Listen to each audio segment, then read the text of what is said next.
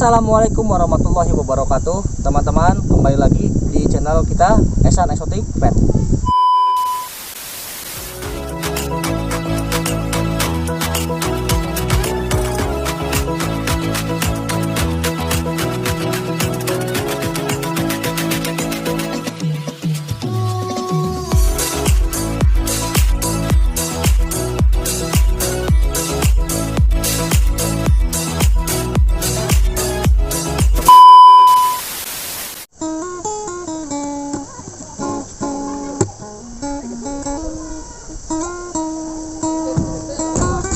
Hei Kumis, lagi ngapain? Nah, teman-teman, ini dia belum menyelesaikan edukasinya yang kemarin, teman-teman. Saya lagi main gitar, Pak. Nanti dulu, teman-teman dulu yang paling penting. Cuaca lagi enak, Pak. Kita di alam. Itu main gitar. Wih, taruh. Nggak selesai nantinya. Taruh. Iyalah. Oke, teman-teman, pada episode yang keempat kemarin kita sudah membahas penggabungan musang untuk dijadikan indukan. Proses kawin. Oh, kemarin kan iya, kita iya, udah iya. jelaskan nih Oh, iya. di episode sebelumnya. Barangkali teman-teman belum tahu, bisa lihat videonya lengkap di link di atas kepala saya nih.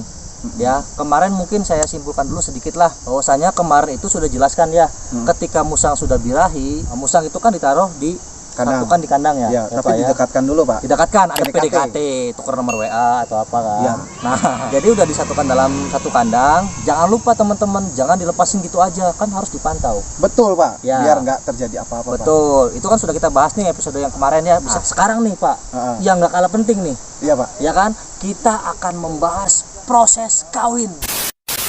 Seriously, what the are you doing? Oh, Pak. Iyalah, Enak, Pak. birahi, gabrot. Nah, ya, jadi kita akan membahas proses kawin yang baik dan benar itu. Caranya Esan Exotic Pet itu seperti apa? Teman-teman, mohon maaf nih, kita tempatnya pindah lagi. Hujan. Kita juga sedang kerja tayangnya teman-teman ya, karena saya punya tujuan bahwasanya video kali ini harus cepat sesegera mungkin untuk lengkap. Jadi biar bisa dijadikan pedoman untuk teman-teman yang akan memulai bisnis breeding musang. Oke, kita lanjut aja untuk tipsnya gimana biar proses kawin itu berjalan sesuai dengan rencana. Ayo lanjut, gimana sih proses yang baik itu untuk proses kawin seperti apa? Bisa dijelaskan banget. Jadi gini, teman-teman. Batuk Pak Haji. Sendawa, Pak. Udah tahu batuk. Oke, teman-teman. Pada video kemarin kita kan udah kasih tahu nih teman-teman beberapa video prosesnya ya, dari video pertama, video kedua, video ketiga sampai keempat. Nah, sekarang kita video kelima ya teman-teman. Untuk kemarin kita review sebentar teman-teman untuk cara penggabungan. Nah, cara penggabungan itu emang penting teman-teman. Dan teman-teman pasti yang belum tahu cara penggabungannya itu bertanya-tanya seperti apa cara penggabungannya. Nah, ada nih di sini teman-teman di video yang kemarin. Nah, teman-teman bisa lihat di situ ya teman-teman. Nah, sekarang jangan lama-lama teman-teman, tinggal kita langsung proses kawin teman-teman. Kalau kawin kan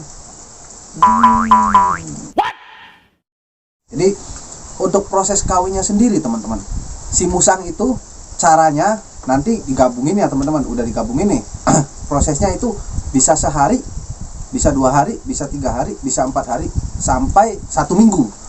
Itu tergantung indukan musangnya teman-teman. Nah, jadi gini, kalau misalkan musang itu digabungin sehari kimpoi. Nah, di kimpoi itu misalkan si betina nerima, jantan pun nerima juga. Nah, nanti ada fotonya nih teman-teman. Jadi kalau udah masuk ya, masuk Pak. Masuk. Nah, sudah masuk Ya. dan keluar spermanya. Nah, spermanya itu bentuknya nanti ada di foto. Oh, berarti ada sperma yang tertinggal Pak ketika habis gabung itu. Ada Pak, nanti Oh. bentuknya seperti jelly Pak, Nah, warnanya kuning. kok sampai ninggalin jejak itu? Perasaan saya ninggalin paling di toilet Pak. Itu kan beda. Oh, Nah, ini musang Pak. Nah, jadi kalau sudah kawin, udah keluar spermanya seperti itu dan masuk, itu kita tunggu prosesnya itu selama 1 hari masih mau nih teman-teman, dia masih kawin, 2 hari masih kawin, 3 hari masih kawin, 4 hari, bahkan sampai 1 minggu teman-teman bisa. Itu pasti teman-teman bertanya nih, Mas Kumis, kok musang saya digabungin 2 hari tapi udah berantem? Boleh teman-teman, kadang sehari pun itu bisa udah berantem. Jadi menentuinya bahwa si betina itu udah dibuahi sama jantan, yaitu dengan cara udah nggak mau dikawin. Oke Mas Kumis, tadi kan saya mendengar ada semacam kayak pembuahan dalam diri itu, entah itu indukan musang, entah itu jantan ataupun betina. Itu kira-kira memerlukan waktu berapa lama ya ketika dia habis kimpo itu? Kan tadi kan bilang ada sehari pertama, 2 hari pertama, 3 hari, bahkan sampai dengan 1 minggu. Nah setelah dia sudah tidak birahi, berarti kan dia ada pembuahan. Itu kira-kira ketahuannya berapa lama kalau dia itu hamil?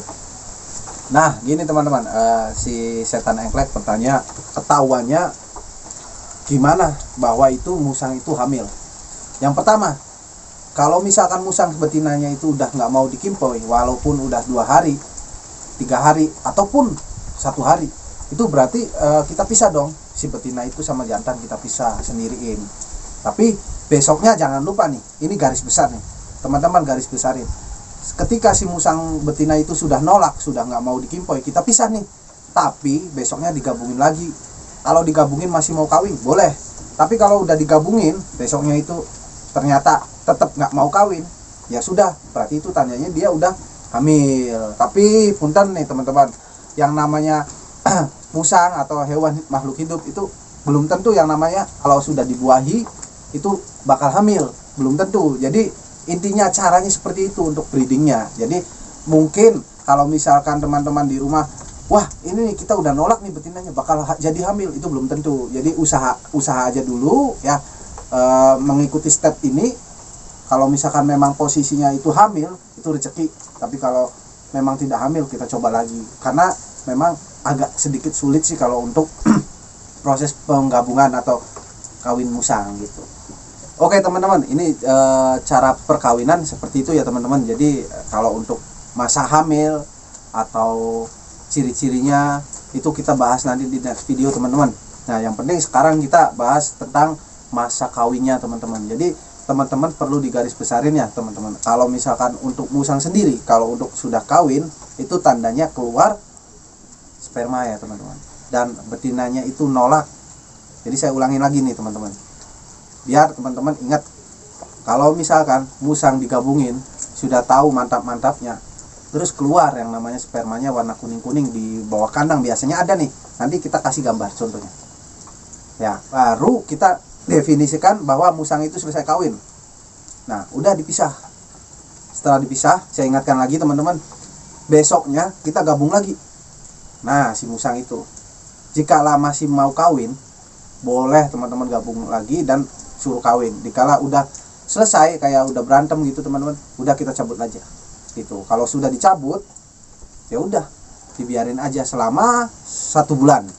Nanti kita bahas nih ciri-ciri hamil, terusan proses lahiran kayak gimana. Pokoknya teman-teman ikutin video Esan Exotic Pet terus, jangan sampai skip atau jangan sampai terlewatkan tiap harinya, karena kita upload insya Allah tiap hari teman-teman, untuk cara breeding musang buat pemula. Saya pun pemula, jadi sama-sama belajar aja teman-teman. Oke teman-teman, tadi kan kita sudah mendengarkan langsung nih dari Mas Kumis untuk menjelaskan tentang cara proses kawin, ya kan? Ya mungkin secara garis besar saya bisa tarik kesimpulan bahwasanya jikalau memang betina itu sudah menolak, ya kan, menolak untuk dikawin, berarti itu harus dilepas dari kandang atau dipisah. Nah keesokan harinya bisa dicoba digabung lagi. Kalau masih tetap dia masih mau digabrot lagi, berarti itu dia belum selesai birahinya Pak ya. Diperjelas Pak, ya. Barangkali dia nggak tahu gabrot itu apa. Kimpoi ya, adegan mantap ya. Jadi dicoba lagi. Tapi kalau emang di kemudian hari masih tetap menolak, ya berarti itu tinggal tunggu waktu aja. Dan mungkin nanti kita akan jelaskan lagi nih teman-teman di episode selanjutnya ya, Mas Kumis ya, untuk edukasi bisa tahu musang itu hamil atau tidaknya dari mana. Nanti akan jelaskan ya Mas Kumis ya. Mungkin sedikit lah bisa dijelaskan emang bedanya apa sih kalau musang hamil sama enggak. Nah oke teman-teman, untuk kisi-kisinya ya teman-teman, pasti penasaran nih teman-teman, buat musang hamil itu seperti apa ciri-cirinya. Nah teman-teman bisa bayangin kan, kalau wanita atau ibu-ibu muda atau apa sih, macan asuh, mama cantik anak 1, itu hamil kayak gimana teman-teman? Teman-teman bisa dibayangin nih, gede, montok, seksi. Pokoknya gitulah teman-teman, nanti kita bahas. Pokoknya jangan skip atau jangan tinggalin video kita teman-teman untuk review masalah breeding buat pemula teman-teman. Pokoknya jangan sampai teman-teman itu terlewatkan untuk video-videonya. Oke teman-teman, mungkin untuk sekarang ya, untuk video kali ini, episode kali ini kita cukup dulu sampai di sini ya teman Mas Kumis ya. Betul. Untuk edukasinya kita akan lanjut lagi di episode selanjutnya. Tadi sudah disebutkan Betul. proses hamil, Ah, ya kan? Nah, soalnya saya sibuk Pak, mau keluar Sibuk ya? negeri Pak. jauh amat. Corona nggak boleh. Beneran Pak, saya mau keluar negeri Pak. Kemana? Swasta. Iya Pak. Udah teman-teman, segitu dulu aja untuk video kali ini. Episode kali ini yang tadi sudah kita bahas yang kimpo-kimpo itu. Next kita akan bahas lagi tentang yang tadi sudah saya bicarakan. Kita pamit ya teman-teman ya untuk hari ini. Assalamualaikum warahmatullahi wabarakatuh. Salam wangi, Salam lestari, salam silaturahmi, dan salam satu hobi.